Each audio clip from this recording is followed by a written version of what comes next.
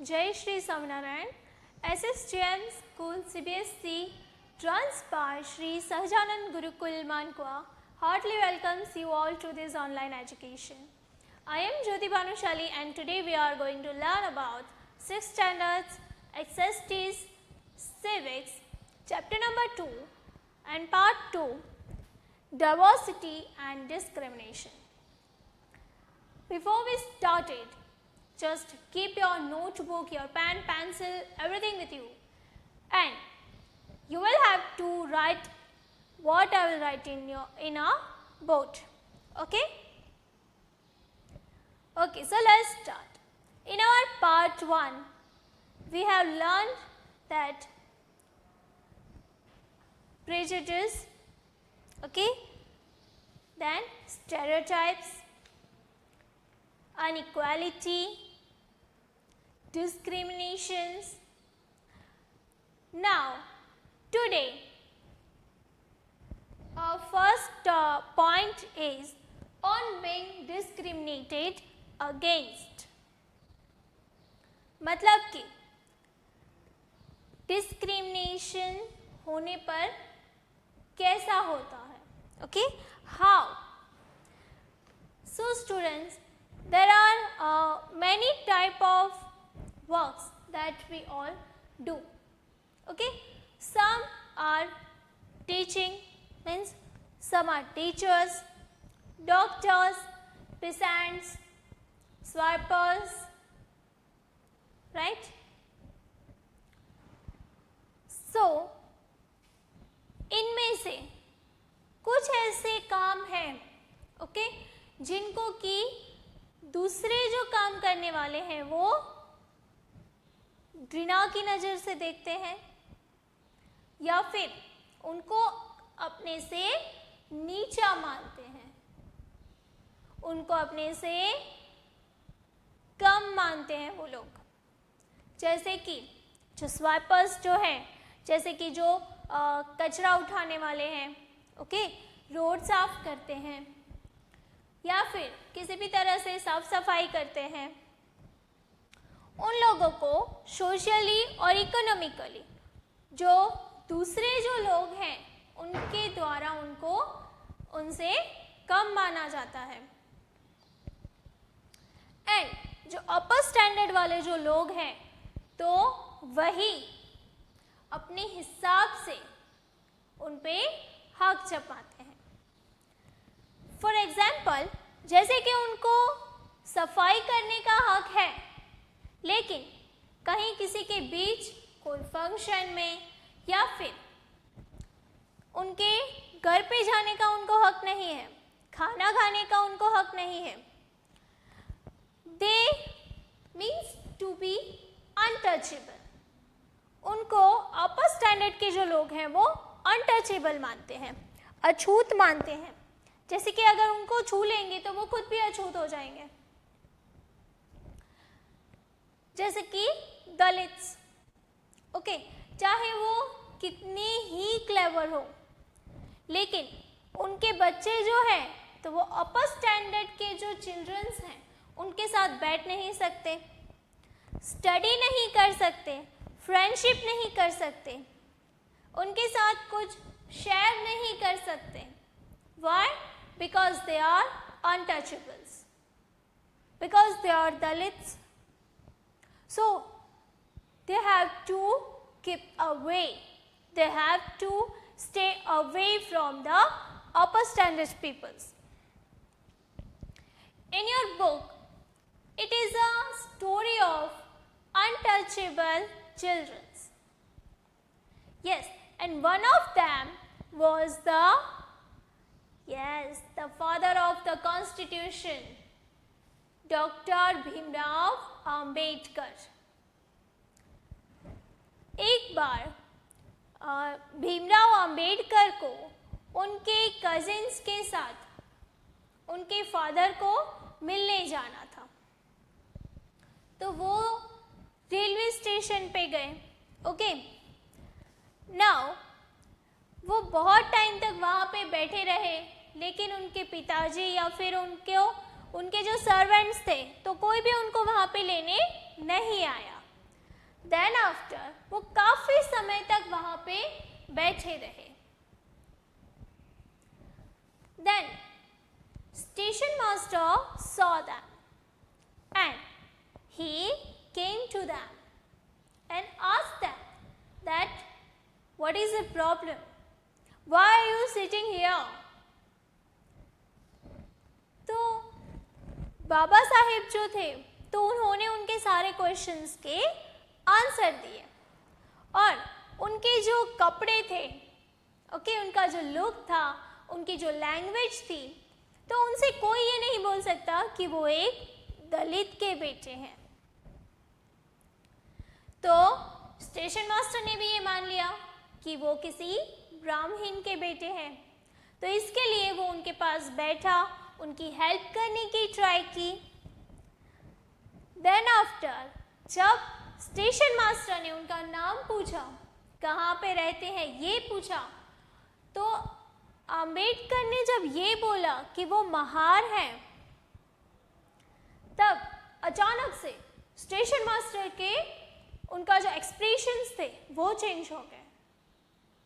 Yes, वो एक तिरस्कार, एक घृणा की नज़र से अंबेडकर को देखने लगे, जैसे कि उन्होंने कोई अपराध कर दिया हो.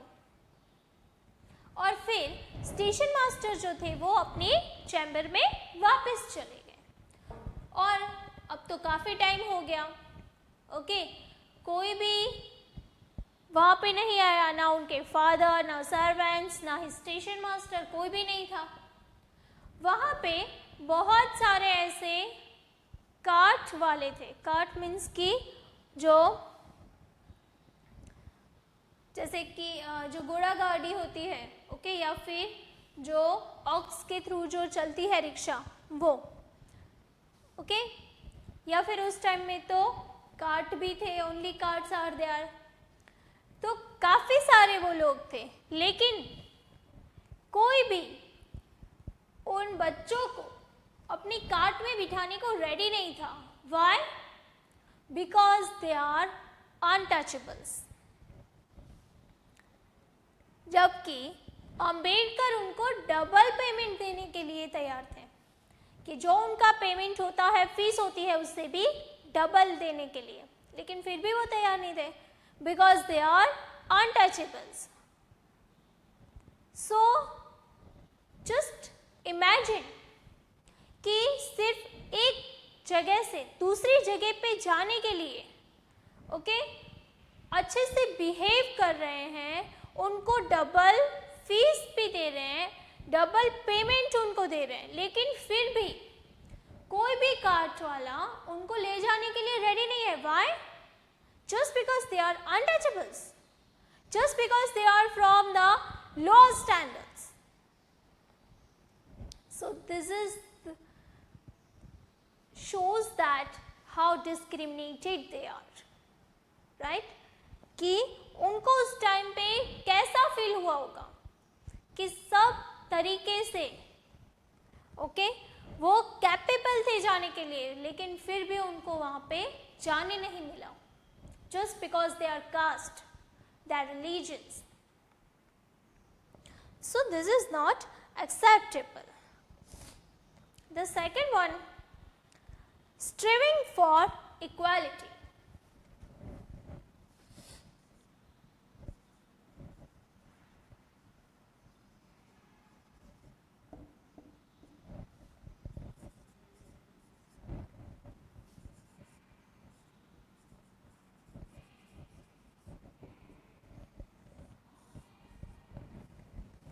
Striving for equality. जैसे कि ब्रिटिशर्स जो थे तो उनके साथ फ्रीडम के लिए इंडिया के जो पीपल्स थे उन्होंने फाइट की, ओके, फ्रीडम पाने के लिए. लेकिन सिर्फ यही एक फाइट नहीं थी जो उन लोगों ने की.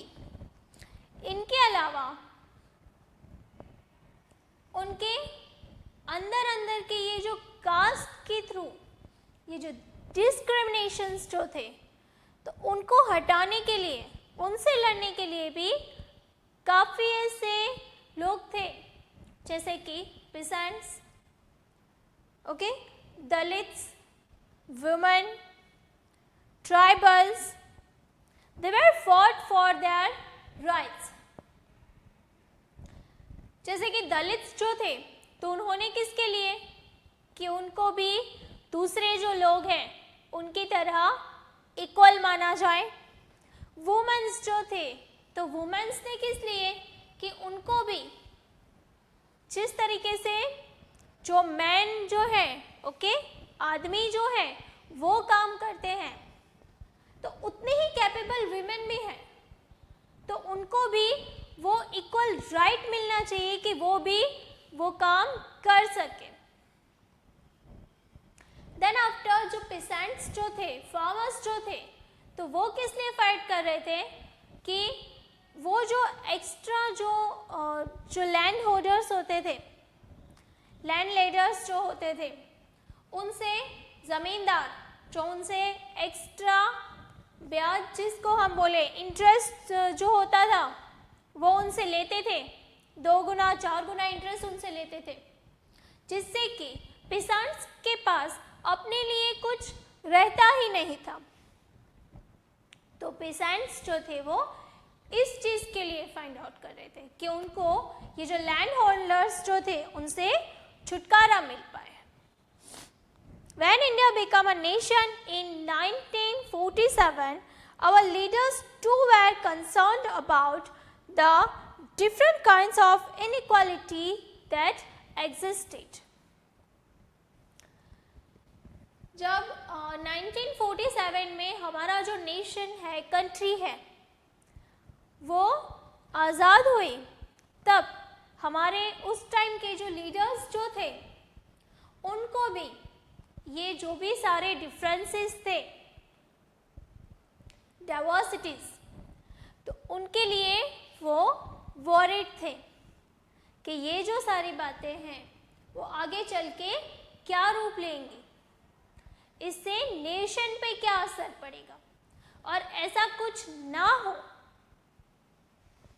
इसीलिए ये जो लीडर्स थे उन्होंने कॉन्स्टिट्यूशन बनाया. क्योंकि जो ये लीडर्स थे तो वो खुद भी ये सारी जो सिचुएशंस थी उनमें से वो गुजर चुके थे, दे पास आउट फ्रॉम दैट. तो यही सिचुएशन आने वाले टाइम में भी ना हो और इंडिया में रहने वाले हर एक जो वहाँ का जो नागरिक है, ओके, उसको हर एक व्यक्ति को एक समान अधिकार मिले, एक समान हक मिले, उसके लिए उन्होंने ऐसे रूल्स बनाए, एक कॉन्स्टिट्यूशन तैयार किया.